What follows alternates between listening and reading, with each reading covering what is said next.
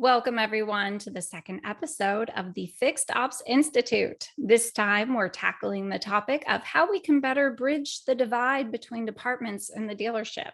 We'll have 3 panel discussions today, short, sweet, and packed with information. This episode is presented by FixedOPS Marketing and the What the FixedOPS podcast. I'm your host today, Charity Dunning. I am the CMO at FixedOPS Marketing and the co-host of What the FixedOPS.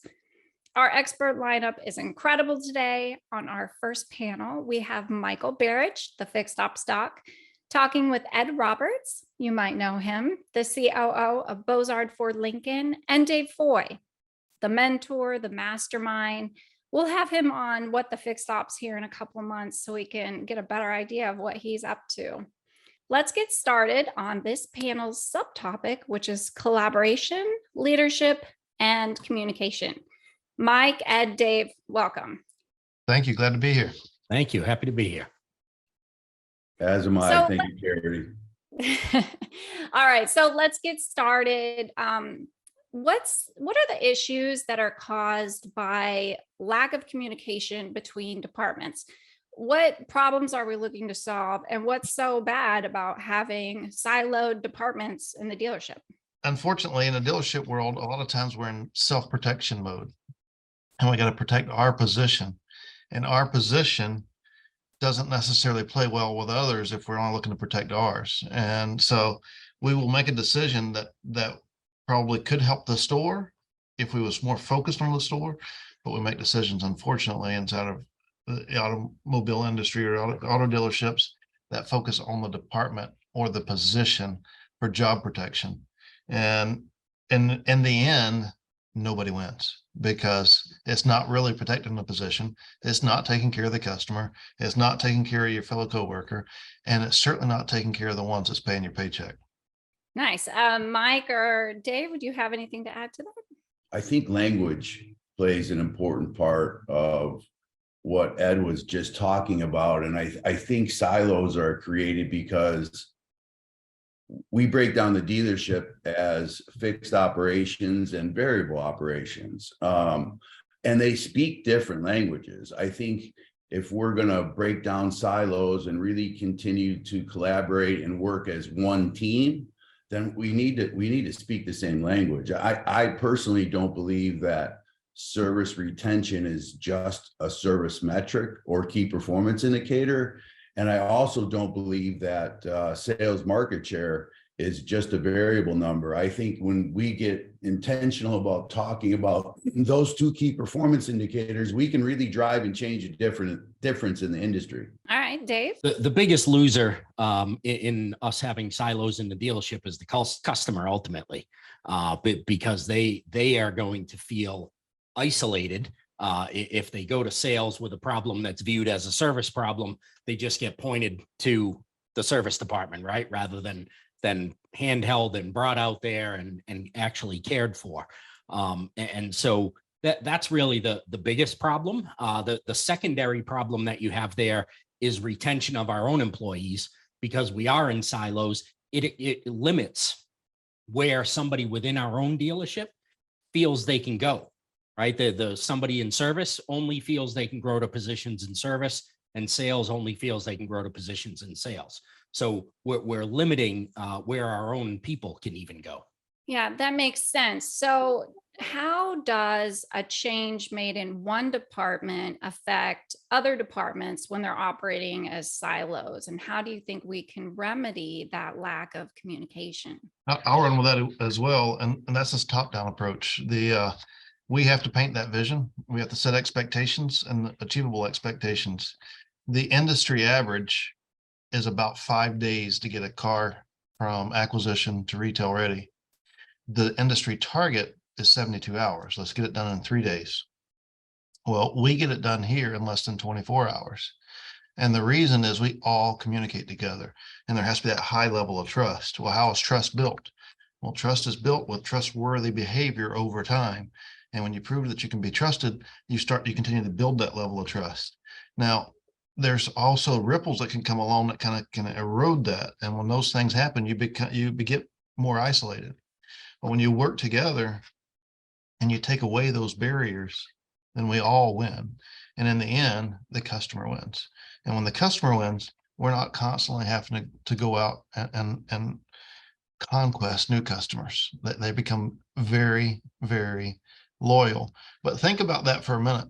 If you buy a vehicle, you're going to buy the vehicle from the sales department. If you buy a vehicle at a car dealership, and the only relationship you have is with that salesperson, maybe the F&I person. Those are the two relationships you have. And you leave and there's an issue with it, and you turn around and come right back and you tell your salesperson, hey, this thing's not doing this. Does he say, well, let me see if you're doing it correctly? Does he say, let me show you how it's doing? Or what's the first thing he says? That's a service issue. You need to take that around the service. He doesn't take them around there, doesn't introduce them. And who wins in that situation? Now the customer is automatically questioning, did they make the right decision? Should they just try to ask if they'll take the car back because nobody's willing to help them with it and whatever else? But from our standpoint, or from that salesperson standpoint, he's saying, I've sold a car, I'm done. And nobody wins in those scenarios. But it's a top-down approach to where we're all of our cookies are in the same jar, and we got to pull our hands out of there at the same time. And when we do that and we tie those things together, then it's seamless. Hey, let me see if that's working for you. Let me see if if it's something you're doing, whatever. Or nope, looks like everything's good there. Let's go around the service, see if we can get somebody to help you. And then go around and make that introduction. Hey, Mr. Smith just bought this vehicle from me a couple hours ago. This isn't working. Do you mind seeing if you can get somebody to take care of it for him? Absolutely. Now we got a warm, soft handoff and things are flowing. And how much time did that really take? Hardly no time at all. And the customer feels at ease. He's no longer questioning, should I have bought this vehicle? Should I try to give it back to him? He's thinking, hopefully this won't take that long. Right. Mike, what's your experience? Well, I think what he said was gospel. I mean, we have to be able to change that mindset. And I think what Ed said was the salesperson sold the vehicle and he's done, but that's really just the beginning. And I think when we start thinking that intentional about relationships and repeat and referral business, what the X factor is for the math and profitability of the dealership. And I believe that profitability is not a dirty word in our industry. But I do believe we need to do it honestly. I do believe we need to do it ethically. I do believe we need to do it morally. And I do believe it takes intentionality to deliver that customer to the service department, make the warm introduction, and get the customer handled. Yeah, you guys make it sound so easy, but I don't think it actually is. Is that right, Dave? Yeah, it sounds like a simple thing, and it sounds like it should be common sense, right? To work together to make everybody's job easier. But if you go back to Ed's original point of people are making decisions based on their position or their department, that's where those issues start to come up. If we extend this out, so F&I is selling products to customers that ultimately are there to help and protect the customer, right? Which is why F&I is selling those products, right? If we go to Michael's point of we do everything ethically and morally correct, then they're selling those products because they believe they'll help a customer. If that customer then 2 or 3 years down the road has a problem with that product and service, if we're communicating together, then service can go back to F&I and say, hey, this product that we're selling, we're seeing this issue with it, whether it's getting an approval quickly for a customer or getting a loaner car if they were supposed to get a loaner car, whatever it is. What unfortunately happens most times is service goes, F&I doesn't care, they made their money, right? And we don't have those conversations. And now a simple problem that maybe could have been solved in a 5-minute phone call to a rep somewhere, now becomes a week-long, years-long culture problem at a dealership. Now that's interesting. So going back to Ed's original comment about how team members are not always willing to, venture into other departments, how can we support our team in providing feedback and developing a sense of trust when it comes to fostering communication? I'll start with that again. That's where it comes from, the top down approach, because if we celebrate the sales department with the sales department, they never even get to know the service people. And if we celebrate service when they have a success with the service people, well, we don't win as a department, we win as a store. And then we celebrate together. And when we celebrate together and we do things together, when we do a golf outing, I don't want 4 salespeople on a foursome. I want a salesperson, I want a parts person, I want a service person, I want a Lincoln person, whatever it may be. I want those guys to know. But in most cases, when you go into a dealer, it's not only that the salesperson is done in his mind with that transaction, is he don't know who to introduce you to. He don't even know the names of the service advisors back there. Even though he comes to work in the same building every single day and he has for the last 8 years, he still doesn't know them. And we have to create those atmospheres for those things to happen, because if you never talk to anybody, what's the chances of building levels of trust with that person? None. We have to make those connections. And those connections we have to own. If we haven't done our part to own those connections, then we'll never build the trust. How do we get the motivation and the commitment of our team members to collaborate across departments? I think it does come from the top down, and somebody in the dealership needs to be able to share the vision of what that culture looks like. And so, we don't point to the other department or somebody else in the dealership. We'll take those customers over there and make that introduction. So it's not just about parts or service winning or losing. It's not about sales winning or losing. We do need to celebrate and collaborate as a group. What do you think, Dave? This sounds so simple. How do we get team buy-in? Ed is referencing top down. The way I heard it put to me a long time ago, I don't know who the quote is attributed to, but the fish rots from the head, right? And the speed of the team will always be the speed of your leader, and your leader needs to be totally bought into that also, right? And that's from dealer principal, general manager, service director, fixed ops director, whoever it is. They all need to be bought into the fact that we are one team, right? We are Bozard Ford. We are not Bozard Ford service. We are not Bozard Ford sales. We are Bozard Ford, period. You can find those when you ask somebody, hey, I'm going to be taking my car into wherever, who should I deal with? And they say, well, you can deal with anybody there. Jim's great, Tom's great, Mike's great, right? That if they're giving you one person to deal with in either sales or service, that's your initial red flag that the store is not operating as a team. Dave, you're a mentor, and so what would you do if you were at a dealership and helping people understand this? Is there like a step-by-step that you would give, or how would you guide them to start this process? The first step is really they need to understand their teams. They need to start spending time with their teams, and getting to know who they are as people, not just as team members.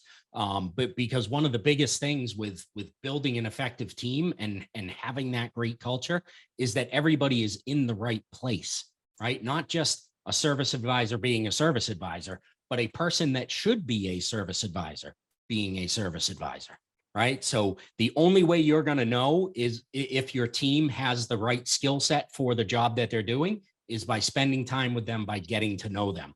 And then you can get people into the right place, right? It's like a chess match. You've got to get, everybody's got to have the right place to be totally effective and to work within their own little zone of genius to help everybody achieve more. How about you, Mike? Do you have anything to add to that? Well, I think it starts with the proper onboarding. So someone has to be able to share that vision, talk about culture, what the employee commitment is to both of those pieces, right? So I think onboarding is one of the biggest missing links in a lot of dealerships, because someone has to take the time to not only create it, but then they have to present it.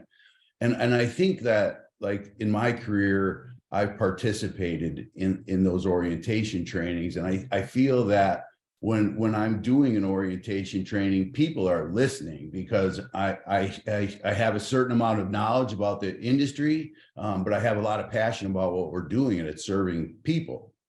It's people serving people, and we're in the service industry, but we're in the hospitality industry. I think that, you know, Ed made a perfect point. It's that transfer, right? We don't just say, go see this person or go do that. We're going to intentionally take the customer over as if they were a friend, a family member, a relative, and treat them with respect and kindness. And so I think when you share that on day one, it resonates with people because that frequency is programmed in the back of their mind. How about you, Ed? Do you have any strategies for kind of embedding that approach into your employees? It's both what Dave and Mike just talked about, one with onboarding and one with putting people in the right roles. Car dealerships are notorious for putting next man up or next person up. They've been here the longest, they deserve a chance. And deserving a chance of being here the longest has nothing to do with whether they can do the job or not. And so we got to make sure that we're very intentional to build a job around someone's strengths and then allow them to be able to grow where their opportunities are. And they're not weaknesses. They're just not developed. They're not developed strengths yet. And maybe they never develop into strengths, and you build a job that works around that, but maybe they do when you start working on them. But that also starts from hiring and onboarding. And in the staff meetings that I run here, when my department heads hire somebody, every single staff meeting, we talk about new hires, we talk about people's changed positions, and they have, one of the things they have to do is get a picture and a name so that they're recognizable, and we go out and meet them and whatever it may be. We do the orientation, but one of the things that I require them to tell me is, give me the thing that made you say yes to them, that made you give them the job opportunity. And then they also have to give me what made them choose us. Don't just tell me, well, they was looking for a job. I want to know why they chose to stop by here. And if they can't answer those two things, then did they just hire somebody just to fill a role? Most likely so. But if they can't answer those things, then those are the things I want to build them around. But also now when I go out and see that person, Mike told me that you're really good at this. And I have something to go out and connect with them on. And when they hear that from me, then what do they want to try to be good at? Exactly what we just talked about. So it ties those two together. It's the onboarding, putting them in the right spot, and then building on that so that you can run with it. Let's talk a little bit about pushback. So, Ed, it seems like you're in a position where you've been building this really well-oiled machine over time. But what happens if maybe, Dave, you walk into a dealership, they're having these issues right away and the departments aren't working together? So how do we get mutual understanding between departments? Do we need cross training or video meetings or a physical space? Or how do we start getting buy-in from our departments and teams? First, from bringing them together. A lot of times in those situations, there's not very many company meetings that puts everybody together and shares the same vision. So I want to start with meeting with them all together at the same time and then let them know what our vision is. And then how the working together ties that vision together makes it easier to accomplish, because there is no job in this dealership that one person can do. They do an element of the job that we do as the dealership. And I want them all contributing to those elements. But as far as the protection, when they're protecting their self, we're not building the bench, we're not building anything else. So when that person's not here, things don't flow the same. And we don't win with that. When we use the resources around us, then everybody knows a piece of what's going on and they can fill the gaps. And there's just so many elements that ties from that, but it starts with a shared vision and bringing everybody together for that shared vision. And what do you think, Dave? How would you approach it if you walked into a very dysfunctional dealership that's definitely not working together? Ed used the perfect word. It's vision. Everybody has to have the same vision, and the vision for the company needs to be large enough that everybody in the organization can see the vision, for the smaller vision for their life fitting within that larger vision of the company. And so they're there to help the company achieve its vision. And through doing that, they'll achieve the vision that they have for their life. So none of us work because we absolutely want to be that company, right? We have things outside of the company that we are working for. It's family, it's cars, it's motorcycles, it's whatever it is. It's going on the golf outings that Ed referenced. They all need to be able to see that their vision for their life can be achieved by helping the company achieve the larger vision. And once you have everybody aligned on that, then everybody is moving in the same direction and everybody can help everybody else achieve what they need to. What do you think, Mike? Is it a mixture of personal and professional, or do you have another strategy? I think to carry the message forward that Dave and Ed were both talking about, Ed used another word and he said win. And to me, winning is important. I think winning and teaching your people how to succeed and excel in their work environment becomes fun, and not only becomes fun, it's contagious. So I am extremely competitive by nature. I carry that into my workplace, and I want everybody to understand that winning's important. And you can win in so many different moments throughout, a service experience or a sales experience. It's not, you don't have to win the 5-hour struggle to sell the car or the 2-hour challenge to get your oil changed, but there's moments you can win. And I think, you have to stack wins to build momentum to really take the vision and turn it into culture. And how do we do that? What are some small things we can do on a daily basis and big things that we can do on a long-term basis to get these wins and foster this interdepartment collaboration? It starts with a scoreboard. You got to set the expectation. You got to ask yourself, what does good look like? And you need to ask, what does good look like for every position and every person within the store, because that's what they need to chase after. And it's easy to see what good looks like in sports. I see you have a sports team shirt on there, and ultimately you determine what good looks like by wins and losses. Well, if we don't tell somebody what we're looking for them to bring to the table and share that vision, then how do they know that they're doing a good job? So they need to know what good looks like, and that's setting expectations and giving them a goal to chase after. And when you do that, that's now everybody's putting that piece together, because when you're setting those things out there for here's the target I need you to make, and it isn't that I need a specific number out of them. This is what I want you to work towards. And now you got 37 things that needs to be handled, but you've only delegated out 35. Well, those two things aren't going to, now you got to figure out where those two pieces fit. But if you're just expecting things to happen, maybe 10 things get handled and the other 27 doesn't. So it's about giving them a scoreboard. It's about what does good look like and expressing what good looks like. Now, do you use an actual scoreboard, or is that a metaphor? It's a metaphor, but it's the conversation that I have. If you know what good looks like, or if I'm having a conversation with you about whatever it may be, instead of me just coming and I want to make connections with you and I want to see how your kids are doing and I want to see what's going on in life, I want to make those connections. But also when I shift to talk about business, I want to be very specific about it. And if I know what that score is, then we're able to talk about it.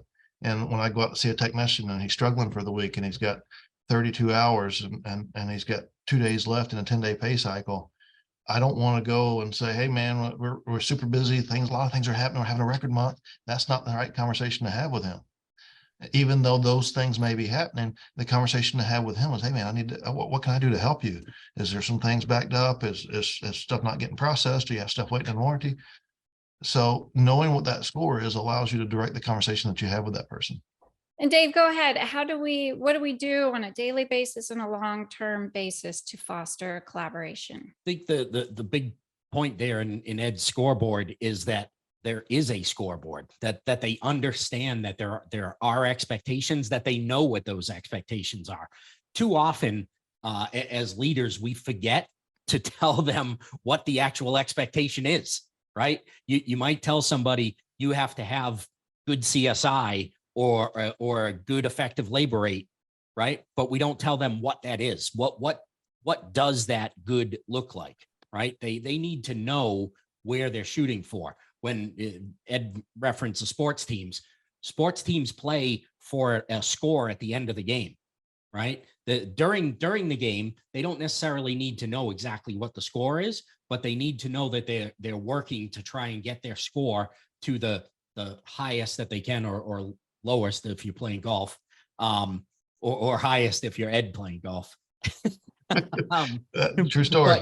But they need to know what those expectations are. And unfortunately, too often leaders forget to tell them what the expectation is and what good actually looks like. And what about you, Mike? Do you set expectations for your team? 100%. And we utilize trackers for that, and we share it with our staffs, whether it's the parts department, the service advisors, the technicians. But when Ed was discussing scoreboard, I was thinking, man, I really missed an opportunity, because I would build now if I was in a dealership, I would build the scoreboard right in the service drive. So not only the employees could see it, but everybody, and I might make it the whole entire size of the wall. And maybe I call the game May, maybe I call the game June, and we don't have 9 innings, we have 28 or 31 or whatever that number may be. So that one's going to stick with me for a while. I think I missed an opportunity. It's effective. Well, and then that brings me to leadership styles. So you all are very successful leaders of the fixed ops department or dealerships as a whole. So what sort of characteristics are we looking for in leaders? And I know it's not as easy as it may seem. Ed, why don't you go for it? There's different styles of leadership, and they all have their level of success. And in the right situation, I'm not a command and control leader, but in the right situation, command and control is needed. And if we're on a sinking ship, truly a sinking ship, and we get everybody bailing that thing out, we buy ourselves time to keep that thing cruising to maybe get to safety. And that takes command and control. What I want to grow people, I want long-term success. I'm never one that's looking for success today. I want success that's sustainable for long-term. So I am that nurturer, that encourager that sets the targets out there, that when they think that there's no way I can get there, well, yes, there is a way you can get there. And let's break that down into elements that now you believe in your mind is achievable. And then all of a sudden you start taking yourself beyond where you think you can be. And so just because there's different types of leadership, that doesn't mean that there's any one correct way to do things. I guess it really determines what the vision is. If the vision is a short-term vision, command and control probably fits a lot more. If it's a long-term vision, then command and control will get you the short-term results, but not the long-term ending. And how about you, Dave? Are there some characteristics of leaderships that are just must-haves, or is it variable? I think there are varying levels of characteristics, but I think there are 2 that always have to be present, and that's humility and compassion. As a leader, you need to be able to be compassionate to your team, to understand that, yes, we have a goal. Yes, we have a scoreboard, right? But there may be something going on in one individual's life during that day, that week, that is going to keep them from getting to that scoreboard. Without compassion, you're not going to be able to effectively lead that person. How about you, Mike? Are there mandatory qualities that you need in a leader? I mean, I would boil it down to commitment and execution, but I think one of the most important is open communication. We have to be able to share what that vision is and talk about it ad nauseum till it becomes part of that culture and ingrained in every position of the dealership. I think that, if you're not talking to your people, you're not building them one way or another. So command and control is one way. There's many ways to get that done, but if it all has to revolve around open communication. So I need to be able to share my voice, my vision. I also need to use the 2 ears that God gave me to listen to what the people are saying. And then I think the leader has to be able to kind of translate that, because it's he said, she heard, or something like that. I think it's important, because I don't think you can walk the line and just be straight in the middle. I think as a leader, you have to be convicted and have the conviction to the cause, because at the end of the day, I want to win. Well, and this is my last question. We're going to bring it down to real life experience. Have you found solutions to bridging the divide between apartments in your own experience? And do you have any real world examples that we can learn from today? Dave, let's start with you this time. Yeah, the first thing that I tried to do when I get into a store or a group was, as Ed mentioned, bring everybody together, to meet everybody, to have everybody in a room together. When you first do that, it's a twofold mission when you do that. Number one, you get to see the dynamic of the people interacting with each other, right? So you understand where you are on that scale of whether I need command and control or a little more compassion here. And that gives you your barometer of where you start.